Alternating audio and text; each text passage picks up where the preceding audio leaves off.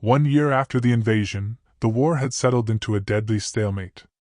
The aliens controlled the surface and the major population centers, but humanity had turned the Earth's crust into a vast fortress. Every cave, tunnel, and underground installation had become part of the resistance network.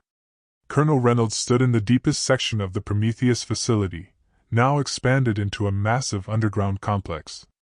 The original weapons program had evolved into something far more ambitious, a plan to strike at the heart of the alien invasion. The data from the captured alien technology is clear, Dr. Kim explained to the assembled resistance leaders. The hegemony ships are powered by what they call a quantum singularity, essentially a controlled black hole that provides unlimited energy. Elena Vasquez, now one of the foremost experts on alien technology, added her analysis. The singularity is contained by quantum field manipulation. If we can disrupt the containment field, the resulting explosion would be visible from other galaxies. Reynolds studied the holographic display showing the alien command structure. How many of these singularities are there? 1 per mothership, Dr. Kim replied. But they're all connected through a quantum entanglement network. If we can cause a cascade failure in one, it might affect all of them. The plan was audacious in its scope. The resistance would launch simultaneous attacks on alien facilities around the world, drawing their forces away from the command ship. Then a small team would penetrate the alien vessel and plant a device that would destabilize the quantum singularity. The risks are enormous, General Hayes warned via encrypted transmission. If the singularity explodes while you're still on the ship, there won't be anything left of you to bury. If we don't try this, there won't be anything left of humanity to bury, Reynolds replied grimly. The device that would destabilize the singularity was humanity's most sophisticated weapon, a quantum virus that could rewrite the fundamental algorithms controlling the alien technology. Dr. Kim and her team had spent months developing it, using principles learned from captured alien computers. The virus is based on human consciousness patterns, Dr. Kim explained. It's designed to think like a human, to adapt and improvise in ways that alien AI can't predict or counter. Elena studied the device, a crystalline structure no larger than a smartphone. You're essentially creating artificial intuition, she said with admiration. The virus will learn and adapt in real time, just like a human would. Exactly.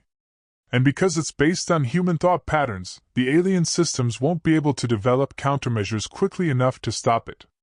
The assault began at dawn on the anniversary of the invasion. Around the world, resistance cells launched coordinated attacks on alien installations.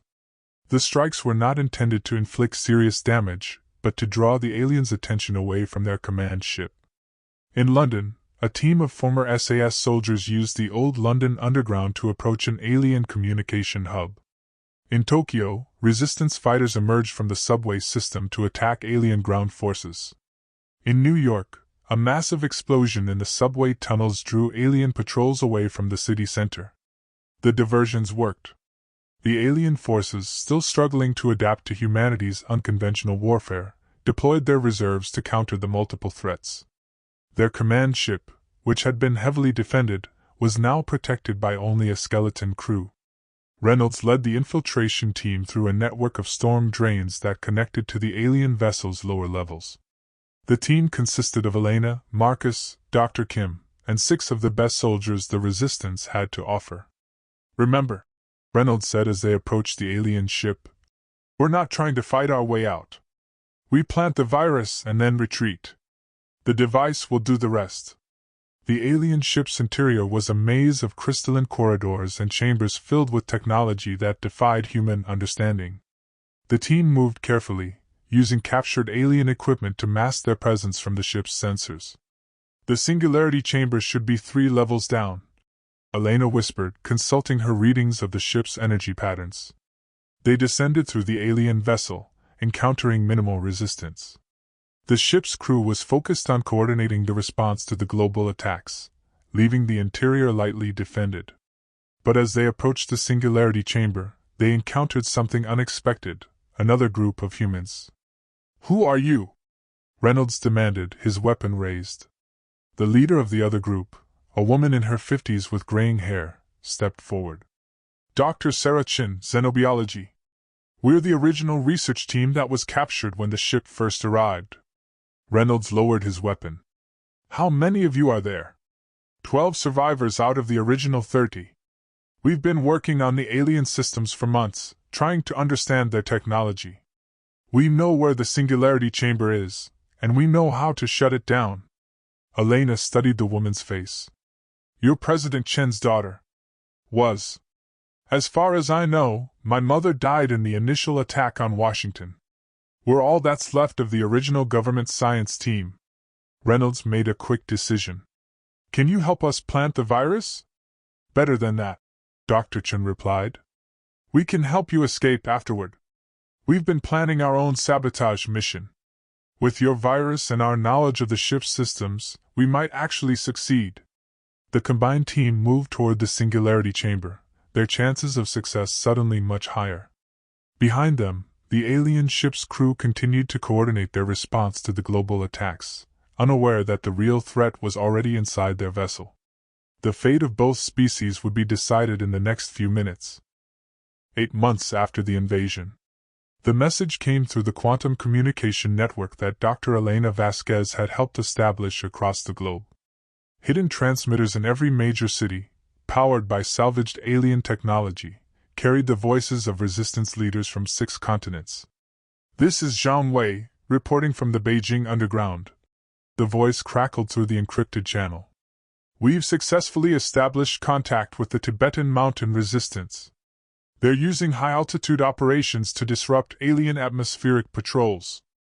Elena sat in the command center of the Geneva facility, now expanded into a vast network of interconnected tunnels. Around her, technicians monitored communications from resistance cells across the planet. The scale of the operation was staggering, millions of people coordinating their efforts across language barriers, time zones, and vastly different environments. Mumbai station reporting. Came another voice, this one speaking English with a heavy Indian accent. The monsoon season is providing excellent cover for our operations. The alien sensors have difficulty penetrating the storm systems. Marcus Chen leaned over Elena's shoulder, studying the global tactical display. Red dots marked active resistance cells, green indicated successful operations, and yellow showed areas under alien control. The map looked like a vast constellation, with points of light scattered across every continent. London Underground here, reported a crisp British voice. We've established supply lines connecting Scotland to the Channel Tunnel. The network now extends from Edinburgh to Paris. Elena felt a surge of pride. The human species had always been competitive, often fighting among themselves over resources and territory. But the alien invasion had done something remarkable. It had united humanity in a way that no previous crisis had achieved. Tokyo Resistance, checking in, reported a Japanese voice.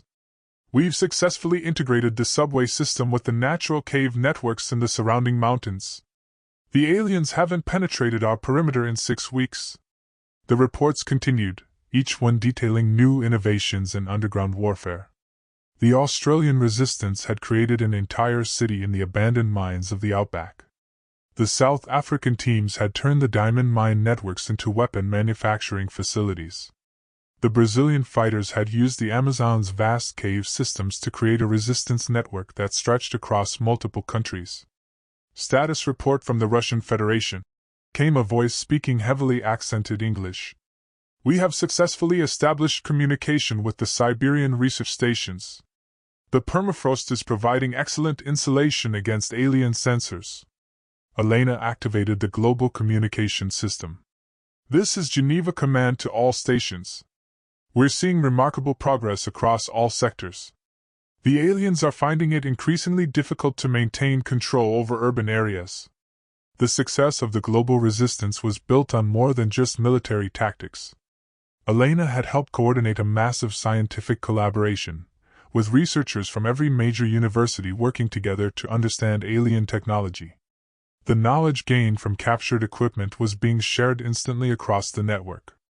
Dr. Vasquez? Came a voice from the African resistance. We've successfully modified the alien energy weapons for use in our climate. The humidity in the Congo was interfering with their quantum matrices, but we've developed a stabilization protocol. Excellent work, Elena replied. We're uploading the technical specifications to the global database. All stations should have access within the hour. The technological advances were accelerating at an unprecedented rate. Human scientists, working with urgency born of desperation, were making breakthroughs that would have taken decades under normal circumstances. The combination of alien technology and human innovation was producing weapons and tools that neither species could have developed alone. Elena, Marcus said quietly, we're getting reports of something new. The aliens are requesting direct communication with our leadership. Elena felt her heart rate increase. Communication? Not surrender demands? No. According to the intercepted transmissions, they want to discuss alternative arrangements.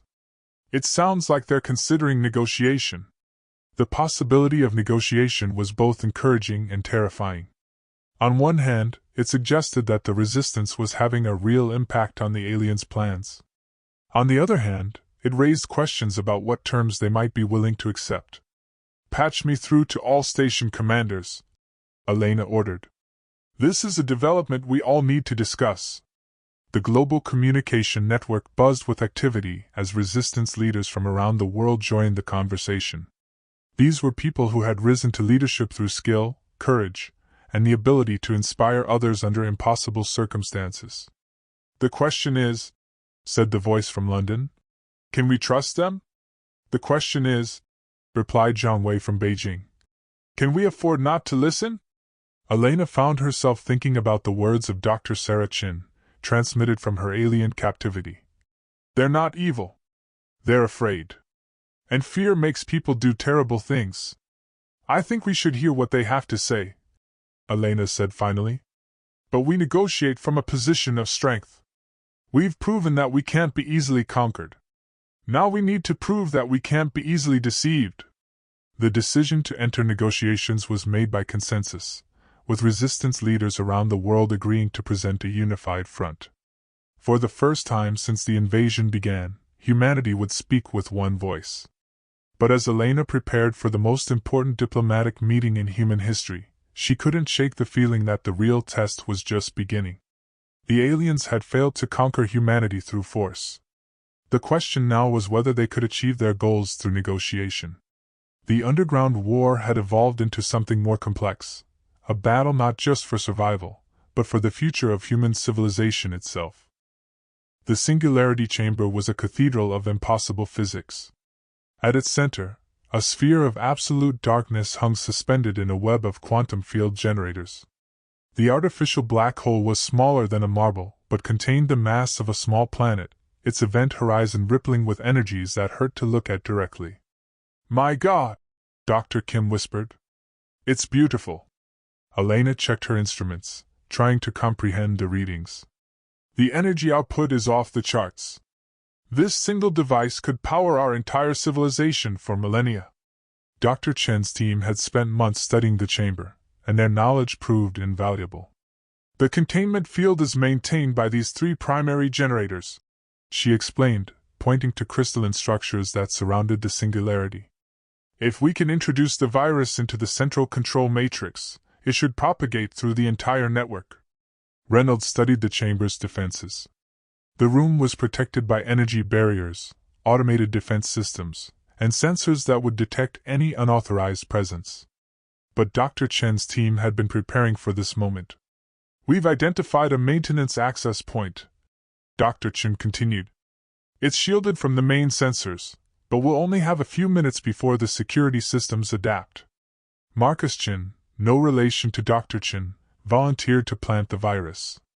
His small size and expertise with electronics made him the logical choice for the dangerous task. Elena helped him prepare the quantum virus device, checking its systems one final time. Remember, Dr. Kim said, once the virus is active, you'll have maybe 30 seconds to get clear. After that, the Singularity's containment field will begin to collapse. Marcus nodded grimly. What about the rest of you? We'll be right behind you, Reynolds promised. This is a one-way mission for all of us. The team moved into position. Dr. Chen's people disabled the security systems while Reynolds' soldiers watched for alien patrols.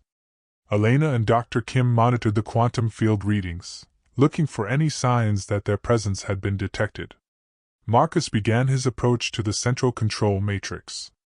The path led him between the towering field generators, their surfaces crackling with barely contained energy. One wrong step, one momentary lapse in concentration, and he would be vaporized instantly. "I'm in position," he reported through his comm unit. "Beginning virus upload." The quantum virus device interfaced with the alien control systems, its human-based programming beginning to infiltrate the vast network that controlled the singularity. Elena watched the process on her instruments, seeing the virus spread through the ship's systems like a living thing. "It's working," she whispered. "The virus is adapting to their security protocols faster than they can respond." But their success triggered an unexpected response. Throughout the ship, alarms began to sound. The alien crew had finally realized what was happening. "We've got company," one of Reynolds' soldiers reported. "Multiple contacts approaching the chamber." The first alien soldiers entered the chamber as Marcus was completing the virus upload. Their energy weapons lanced through the air, missing him by inches as he dove behind one of the field generators. "Upload complete," Marcus called out. "The virus is in the system." Reynolds and his team returned fire, using the chamber's complex geometry to their advantage. The alien soldiers were skilled fighters, but they were reluctant to use their most powerful weapons in the singularity chamber, where a stray shot could cause a catastrophic explosion. "Elena, how long until the virus takes effect?" Reynolds called out as energy bolts flew around him. "The quantum field is already beginning to fluctuate," she replied. "Maybe 2 minutes until containment failure." Dr. Chen's team began their escape route, leading the combined group toward a maintenance shaft that would take them to the ship's exterior. But as they moved, the chamber's systems began to fail around them. The singularity's containment field flickered and wavered. The artificial black hole began to pulse with new energies, its event horizon expanding and contracting in an increasingly unstable pattern. "Move!" Reynolds shouted. "The whole ship is going to go!" They ran through corridors that were beginning to warp and twist as the fundamental forces holding the ship together began to break down. The quantum virus had not only affected the singularity's containment, but had spread throughout the ship's entire control network. Behind them, the alien crew was abandoning their posts as their vessel began to tear itself apart. The perfect order of their technology was crumbling under the chaos of human design programming.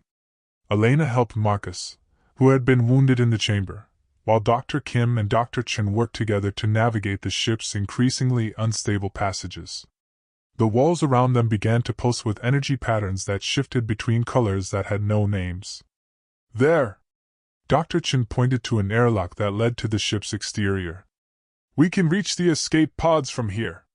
They burst through the airlock just as the singularity's containment field collapsed completely.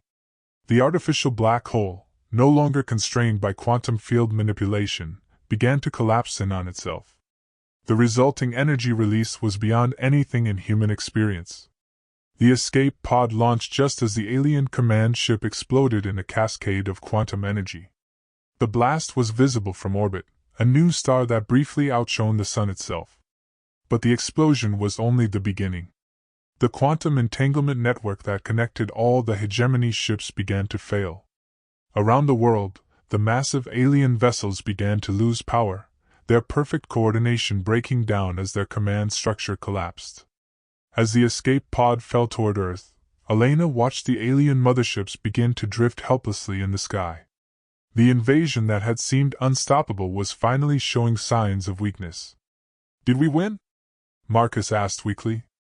Elena looked at the readings on her instruments. The quantum virus was spreading through the entire alien fleet, its human-based programming causing cascade failures throughout their technology. "We might have," she said with growing amazement. "We actually might have won." The collapse of the alien command structure was visible from space. The massive motherships, which had hung motionless over Earth's cities for over a year, began to drift and tumble as their quantum control systems failed. Some crashed into the ocean, their impact creating tsunamis that were felt around the world. Others simply disintegrated, their energy-based construction dissolving back into the quantum foam from which they had been formed. Elena stood on the observation deck of the recovered International Space Station, watching the alien fleet's death throes. The space station had been abandoned during the invasion but was now serving as a temporary command center for the global recovery effort. "Final count is in," General Hayes reported over the communication system. 47 motherships down, 12 smaller vessels crashed or captured, and approximately 3,000 alien personnel in custody or confirmed dead. Colonel Reynolds, still recovering from injuries sustained during the Singularity mission, joined Elena at the observation window. "Any word from the surviving alien commanders?" "They're requesting negotiation," Hayes replied. "Apparently, the hegemony has protocols for dealing with species that successfully resist integration." Elena found this interesting. "They've faced resistance before?" "According to the captured alien records, yes.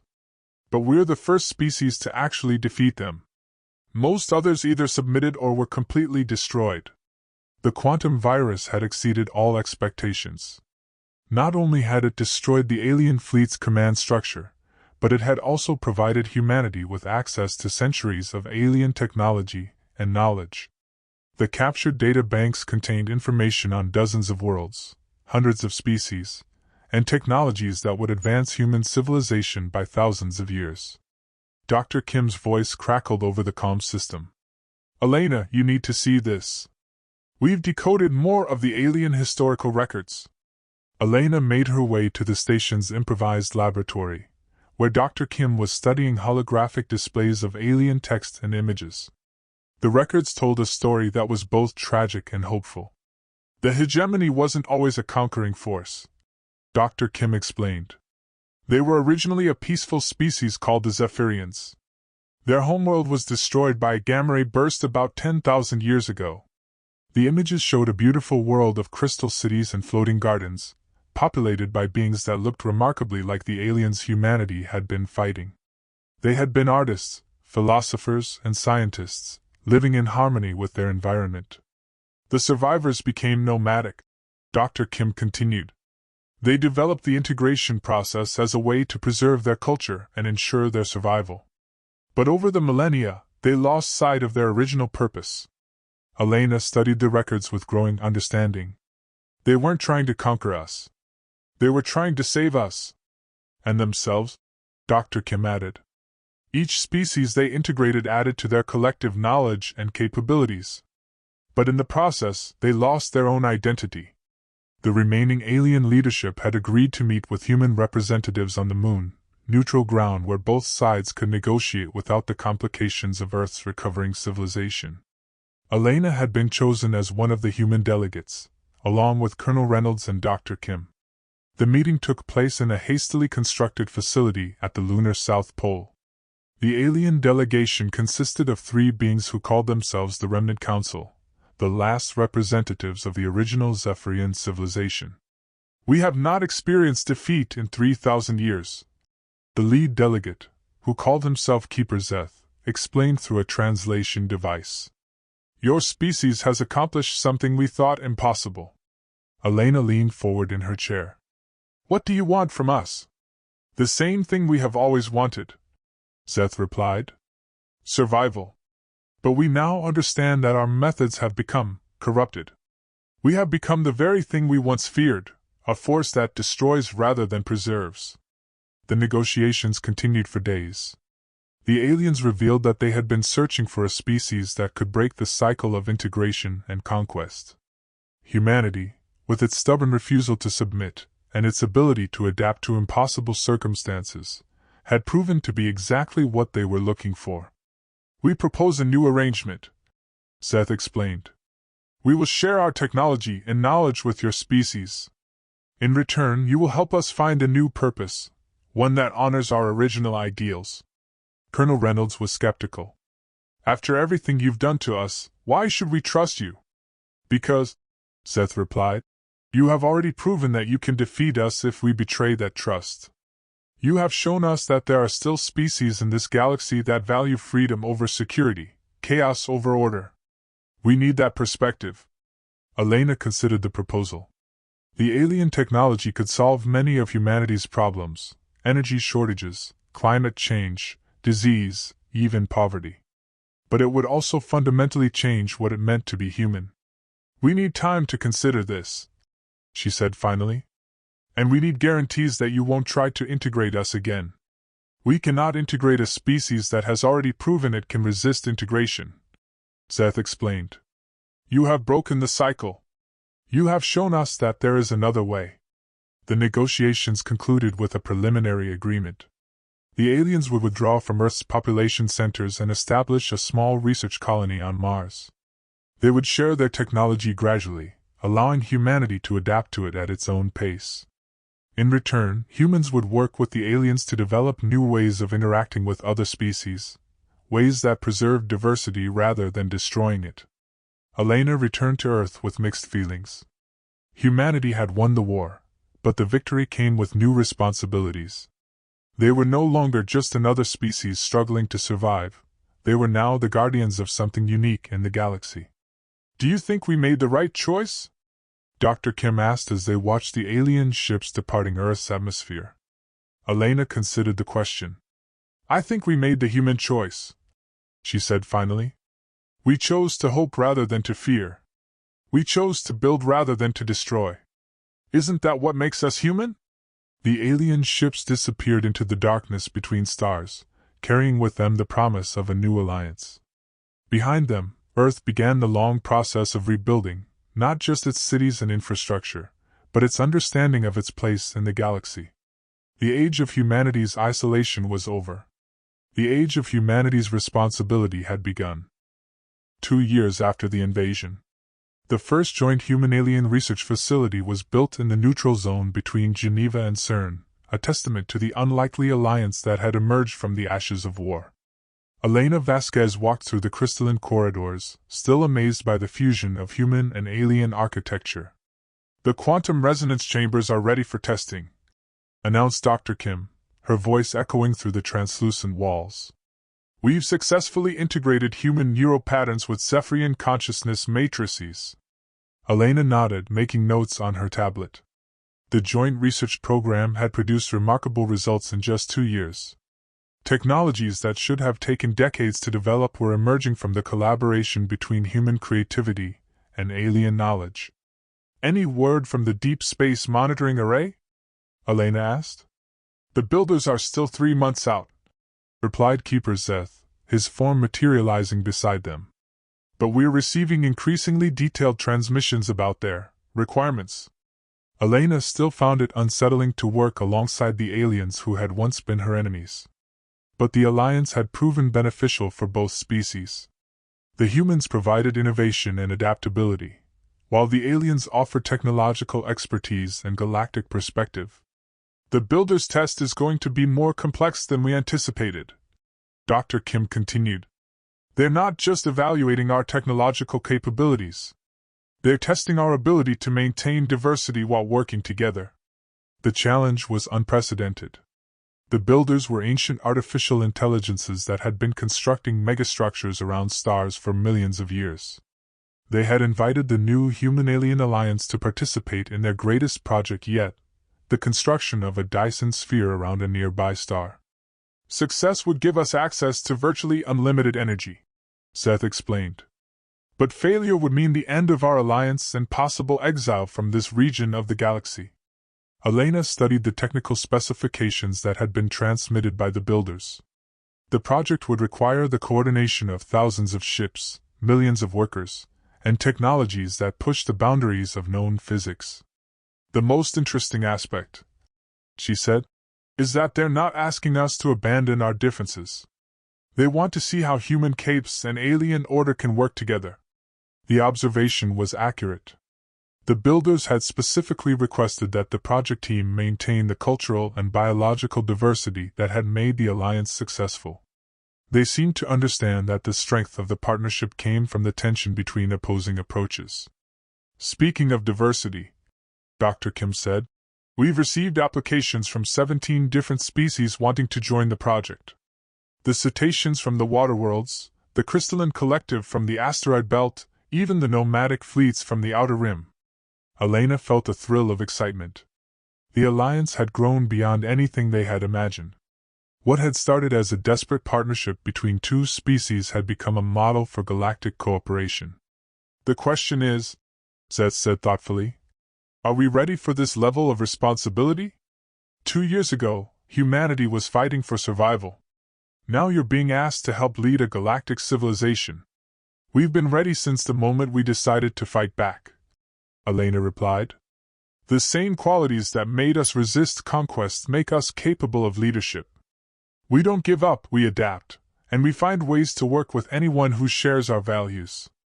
The Alliance had already faced several major challenges.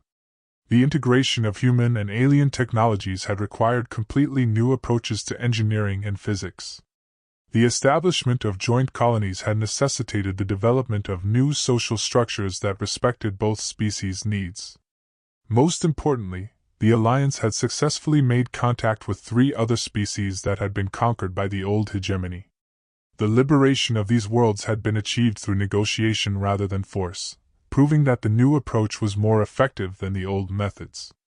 Elena, Dr. Kim said, checking her instruments, we're receiving a priority transmission from Earth. It's from the Global Council. The message was brief but significant. The Earth government had voted to commit full resources to the Builders project. More importantly, they had agreed to share the planet's location with the other Alliance species, making Earth a center for galactic diplomatic and scientific cooperation. This is it, Elena said, feeling the weight of history. We're no longer just fighting for survival. We're building something new. The transformation had been remarkable. The underground tunnels that had once hidden human resistance fighters now served as rapid transit systems connecting the surface to orbital facilities. The cities that had been devastated by the invasion had been rebuilt as models of human-alien cooperation. The irony, Zeth observed, is that the hegemony achieved through alliance what it could never accomplish through conquest. We have become stronger, not weaker, by embracing diversity. Elena smiled. That's the most human thing you've ever said. Perhaps, Zeth replied. That's because I'm learning to think like a human. And you're learning to think like an alien. We're becoming something new, something that's more than the sum of our parts. The joint research facility hummed with activity as beings from multiple species worked together on projects that would have been impossible for any single civilization. The war that had begun with humanity's desperate fight for survival had evolved into something far greater, a new model for galactic civilization. As Elena prepared for the next phase of their alliance, she reflected on the journey that had brought them to this point. The scared scientists hiding in underground laboratories had become the architects of a new age. The aliens who had once sought to absorb other species had learned to celebrate their differences. The galaxy would never be the same. And that, Elena thought, was exactly as it should be. Elena Vasquez stood in the observation dome of the Luna City Research Station, watching the Earth rise over the Moon's horizon. The planet below showed the remarkable transformation that had occurred in the decades since the invasion. Cities rebuilt with the fusion of human and alien architecture, vast energy collectors that drew power from the quantum foam, and the orbital elevators that connected Earth to the growing network of space habitats. The Luna City facility itself was a marvel of cooperative engineering. Human creativity had merged with alien technology to create structures that were both beautiful and functional. The city's population of 50,000 included representatives from 12 different species, all working together on projects that spanned the galaxy. The Mars colony is reporting another successful contact, Dr. Kim said, joining Elena at the observation window. The cetaceans have agreed to join the Alliance. Elena smiled, though the weight of responsibility was never far from her thoughts. The Galactic Diversity Alliance had grown from the original Human-Zephyrian Partnership to include 17 different species, each contributing their unique perspective to the collective. Unlike the old hegemony, the Alliance celebrated differences rather than trying to eliminate them. That makes 18 species in total, Elena said. The Zephyrians would be proud. Keeper Zeth had died 5 years earlier, but not before seeing his vision of a new kind of galactic civilization begin to take shape.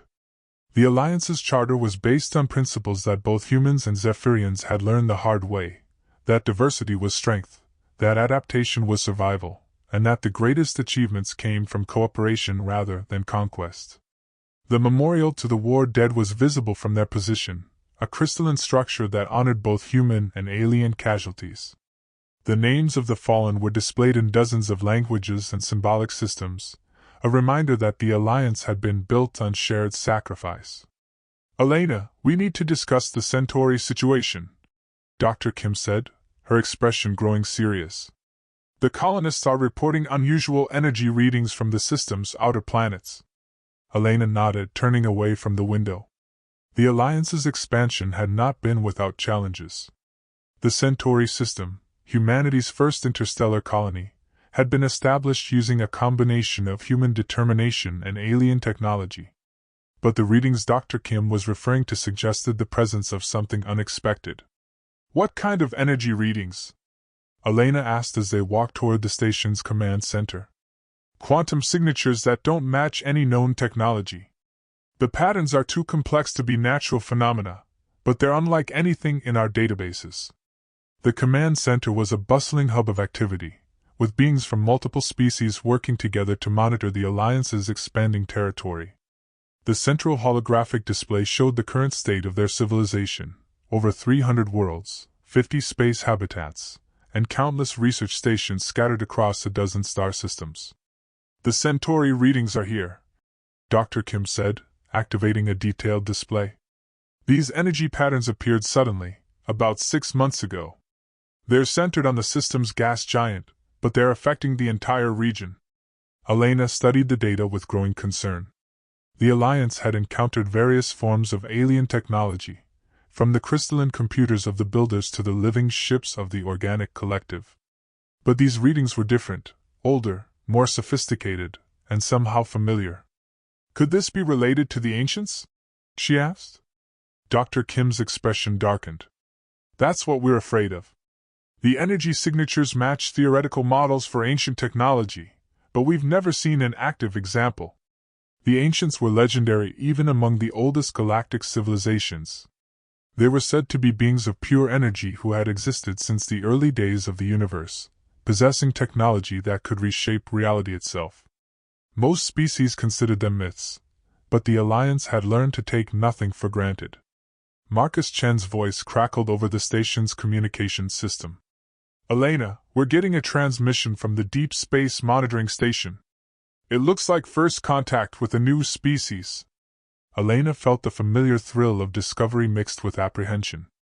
Each new species they encountered brought new challenges and new opportunities. Some were peaceful, others were aggressive, but all were different. The Alliance's job was to find ways to coexist with all of them. "What do we know about them?" Elena asked as she made her way to the communication center. "They call themselves the Builders," Marcus replied. "They're artificial intelligences that have been constructing megastructures around stars for millions of years. They're interested in our organic-synthetic cooperation model."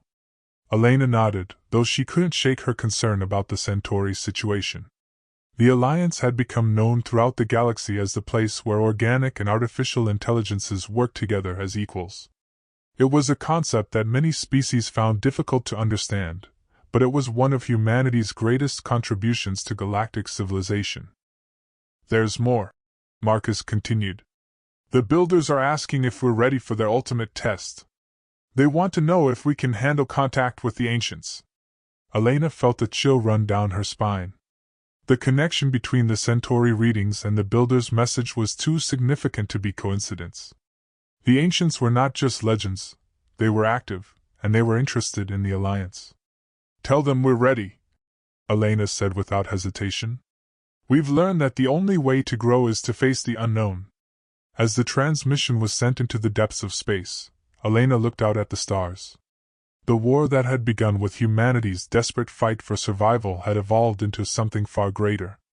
The species that had once hidden in caves and tunnels was now reaching for the stars themselves, leading a galactic civilization based on cooperation rather than conquest. The transformation had not been without cost. The war had claimed millions of lives, both human and alien. Entire cities had been destroyed, ecosystems damaged, and cultures forever changed. But from that destruction had emerged something unprecedented, a truly diverse galactic civilization that celebrated difference rather than fearing it. "Elena," Dr. Kim said, studying the incoming data streams, "the Centauri energy patterns are intensifying. Whatever's happening out there, it's accelerating." Elena nodded, her mind already working through the implications. The Alliance had faced many challenges since its formation, but this felt different. The presence of ancient technology in human space, the Builders' interest in their civilization, and the growing complexity of galactic politics all pointed to a new phase in their development. "Prepare the Council," she said. "We need to discuss this with representatives from all member species. If the ancients are truly awakening, we need to be ready." As the Luna City Station began preparations for another historic meeting, Elena reflected on the journey that had brought them to this point. The invasion that had seemed like humanity's end had become the beginning of something far greater. The desperate fight for survival had evolved into a mission to reshape galactic civilization itself. The future held new challenges, new opportunities, and new responsibilities. But Elena was no longer the frightened scientist who had watched alien ships appear over Geneva. She was a leader in a galactic civilization, armed with the knowledge that diversity was strength, adaptation was survival, and that the greatest achievements came from cooperation rather than conquest. The stars awaited, and humanity was ready to meet whatever challenges lay ahead. The galaxy would never be the same, and that was exactly as it should be.